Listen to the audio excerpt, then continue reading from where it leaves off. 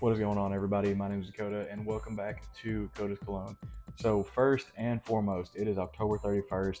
Happy Halloween, happy holidays to everybody out trying to enjoy what is left of Halloween.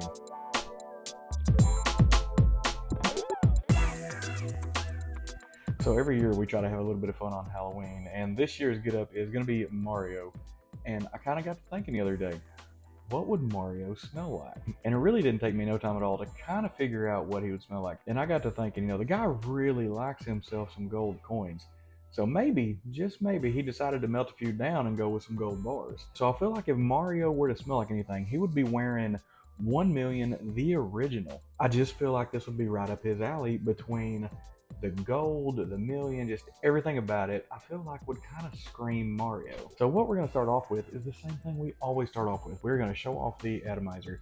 And the atomizers on these 1 millions are kind of okay. This one in particular, honestly, kind of sucks. I'm not really sure why. I have other 1 millions, and some of them's really good. This one, just for some reason, is really bad. So what you get when this fragrance first gets in the air is you get a heavy dose of spices. So for me, this is a little bit of an older bottle. The main thing that I get out of this as soon as it gets out in the opening is it has a wonderful cinnamon note. I mean, this thing smells almost a little photorealistic on the cinnamon. It's got a heavy dose of sweetness to it. And right from the get, you're almost hit with like an overwhelming warmth.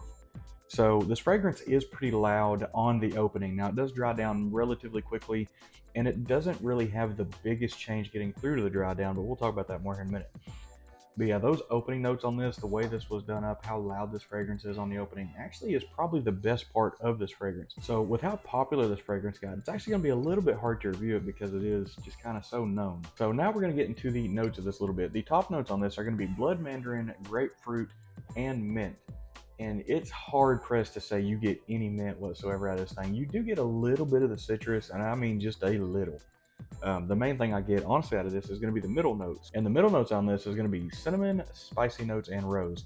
Now what those spicy notes are is a little bit up for a mystery, but honestly I would imagine it may be some form of like a pepper or just something that gives it a little bit of an edge to pair with the cinnamon and the rose. Now the rose in this you don't really pick up at all until it's way more of a dry down scent. But like I said, the main thing you get out of the middle notes honestly seems like it should be a top note is going to be that cinnamon. It is dominatingly present all the way through it. And the base notes on this dry down to an amber, a leather, wood notes, and patchouli. The wood notes on this, I would imagine, is probably going to be a cedar, sandalwood, something like that. That's very commonly used, especially in the 1 million line. And this don't really get that much of a woody fragrance to it. Some of the leather comes out a little bit as it dries all the way down, but that's like a deep dry down. Really the biggest thing that I get out of this, you get a lot of that amber, and like I said, you get just a dominating spices coming out of this thing. And honestly, this is going to be one of those fragrances that it was so popular that everybody's going to know this, everybody's going to be familiar to this. But for some reason it kind of had like a resurgence coming back in the past few years, and it seems like it's starting to get re-popular all over again. It could be because 1 million is now starting to, well, I guess million, but it could be because 1 million is starting to produce a lot of flankers. I think it's 3 or 4 years in a row now we've had a 1 million flanker coming out. But we ain't here to talk about flankers. We are here to talk about the original. So now what we'll get into is the price, performance, and availability. Availability wise, every single store under the sun should have this. This is probably one of the most well-known fragrances potentially in the fragrance community. So price-wise, this is the 200 ml bottle. I do not recommend buying 200 mils of this because you will never go through all this. I've had this bottle for years. But you can get the 100 mils for about that $60 range, which honestly really ain't bad, especially coming from discounters. So now we're going to get into the performance on this thing. And honestly, for this being an eau de toilette concentration, the performance really ain't that bad. I get like 6 or 7 hours out of this, longevity wise. The sillage on this is huge, and the projection is as well. I get 2 to 3 foot on the sillage, and the projection is easily 2 foot as well. Like I said, when you first spray this, it is loud. Now, the unfortunate part of that is even though the longevity may be that 6 to 7 hour range, the projection and the sillage do not match the longevity on this thing. This fragrance is loud, but only for about 2 hours. This is one of those fragrances where it'll pump and pump, and then it'll just fall off. It'll just nosedive, and then it becomes a skin scent extraordinarily quickly. This fragrance doesn't really have that big of a change, at least not on this one. I would imagine it's been reformulated once or twice since I bought this, because like I said, this bottle is old. I want to say this bottle is from like 2016, somewhere in there. I do think some of the new reformulations have been toned down just a little bit, but this fragrance all the way through everything is an extremely warm, extremely loud cinnamon with undertones of leather in the background. And I really don't get a whole lot of the wood notes out of this. I never did. Some of the new formulations may. Honestly, I feel like for this fragrance, my biggest kind of knock, it can be a little bit synthetic, especially if it's oversprayed, and it doesn't take much to overspray this. This is one of those fragrances to where I would actually recommend like 5, maybe 6 sprays, and then layering it back or refreshing about halfway through. That kind of gets you the most out of it, because when you do that, it kind of lets you hold on to some of those more quality smelling top notes. Because for some reason, like when you first spray this, it smells kind of natural, it smells really quality, but the more it dries down, it does get almost a little bit of a synthetic-y feel to it, but that's only as it starts to dry down. So the fragrance on there, the blend on this one is honestly a little odd, because normally it's kind of the other way around. Normally they start out a little synthetic-y and then slowly smell a little more natural as it goes. Somehow this one's backwards, and for this fragrance for its time was extremely original. It was one that was almost kind of groundbreaking, honestly.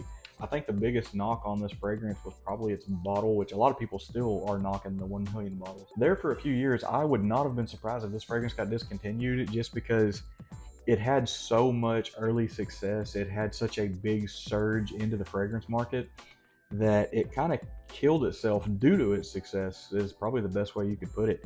Because there for a while, so many people had this, so many people just absolutely loved it. This one did it first, but we'll call it the Sauvage effect, to where people just started hating on it just because it had Raban's name on it, just because it was a 1 million. It still smells good. It still smelled good for the past decade. Just a lot of people hated it because it was so popular. And a lot of people would buy this expecting to smell unique, but kind of running into they smelled like 30 other people. But for me, this is definitely more of like a fall wear than a winter wear.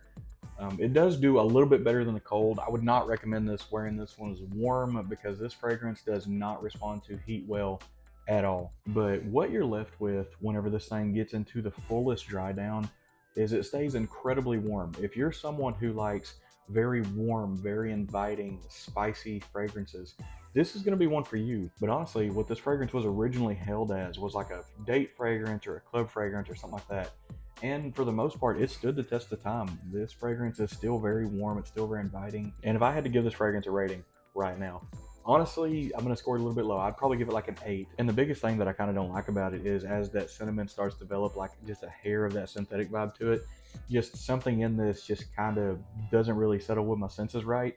And it almost feels like the fragrance gets a little old, almost like tiring. I almost wish it was a little bit more of a change. I almost wish it had a little bit more of a woodiness to it. Maybe the leather note got a little louder, just something in there to kind of tone down the cinnamon as it's going all the way through the dry down. But for what this fragrance was able to accomplish, for everything they were able to do with it, it's hard not to have this in your collection, just because this was Dior Sauvage before Dior Sauvage. So that's kind of where that falls in this. So it's just hard not to have a bottle of it. But I do think that's going to get us wrapped up for today. I'm going to go ahead and try to get in on this bottle one more time. This one fights my ring light bad. Like I said, this is the 200 ml bottle. This thing is 3/4 full, and I've probably had this for 8 years. Yeah, just because this is an insanely popular fragrance and it is coming back, don't be afraid to go out and buy this. But that is going to get us wrapped. As always, thank you everyone for watching. Thank you everyone for subscribing, for sticking around, for staying tuned. Again, happy Halloween. The holiday seasons are here. It's about to start getting fun. If you go trick-or-treating tonight, enjoy, be safe, have fun, and as always, we will see you next time.